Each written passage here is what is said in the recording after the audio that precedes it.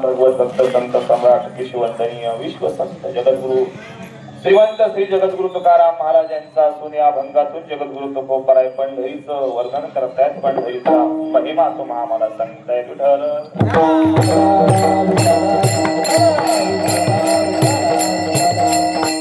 श्री क्षेत्र माऊली आश्रम विचळगाव संस्थान ते श्री क्षेत्र पंढरपूर तालुका नेवासा जिल्हा अहिल्यानगर. तर पंढरपूर आणि या आषाढी एकादशीच्या निमित्ताने तुम्ही आणि सर्व वारकरी मंडळी भक्तीचा आनंद घेत घेत भजनाचा आनंद घेत घेत पंढरीला पंढरीश परमात्म्याच्या दर्शनासाठी पांडुरंगाच्या विठ्ठलाच्या विठू माऊलीच्या दर्शनासाठी आपण पंढरीला निघालेलो आहोत. आणि पंढरीला जात असताना पंढरीचा नियम आहे कसं जात गेलं पाहिजे पंढरीला. महाराज म्हणतायत गात जागा गात जागा भगवान परमात्म्याचं चिंतन करत करत पंढरीला जाण्याचं सांगितलं. तुम्ही आम्ही खात जागा वडापाव आला बिस्किट आले चहा आले खात जागा भजन.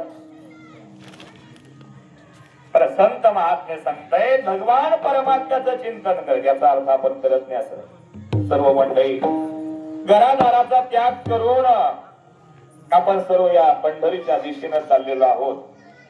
आणि या सोलापूर जिल्ह्यामध्ये आपला प्रवेश होऊन आज आपण या कण्व ऋषीची ही तपश्चर्याची भूमी आहे तपभूमी आहे अशा या कंधर गावामध्ये आपण सालाबाद प्रमाणे आमचे या ठिकाणी पारमार्थिक स्नेही असणारे श्री गोवर्धन पाटील माने अर्थात भाऊंच्या या वस्तीवर अनेक वर्षापासून मला वाटतं आपल्या दिंडीला 10 वर्ष झाले. 10वं वर्ष आहे. 2 वर्ष कोरोनामध्ये गेले बंद होते म्हणजे 12 वर्ष झाले असते.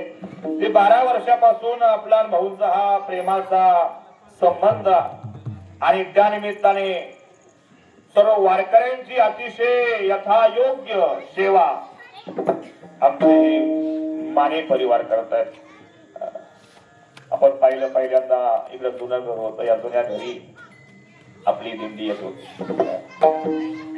पण जरी त्या ठिकाणी जागेची कमतरता भासत नव्हतीच परंतु आमची सर्व हे माने परिवार घरामध्ये सगळे वारकरी झोपायचे. ते स्वतः बाहेर झोपत होते आणि वारकरी आतमध्ये झोपायचे. कोण एवढं प्रेम करीत.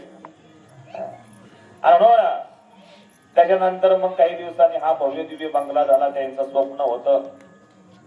एवढी काही त्यांना आवश्यकता नाही कायमस्वरूपी या बंगल्याची पण तरी सुद्धा त्यांचं स्वप्न होतं की वारकरी जर आला आता 1000 लोक या बंगल्यामध्ये बसले पाहिजे. त्यांची सगळी व्यवस्था झाली पाहिजे पावसा पाण्याची. आणि कविटगाव कंधर हा परिसर आपण इकडे वारकरी येऊ लागले का पाऊस थोडा थोडा चालू होत असतो. म्हणून वारकऱ्यांना त्रास होऊ नये वारकऱ्यांची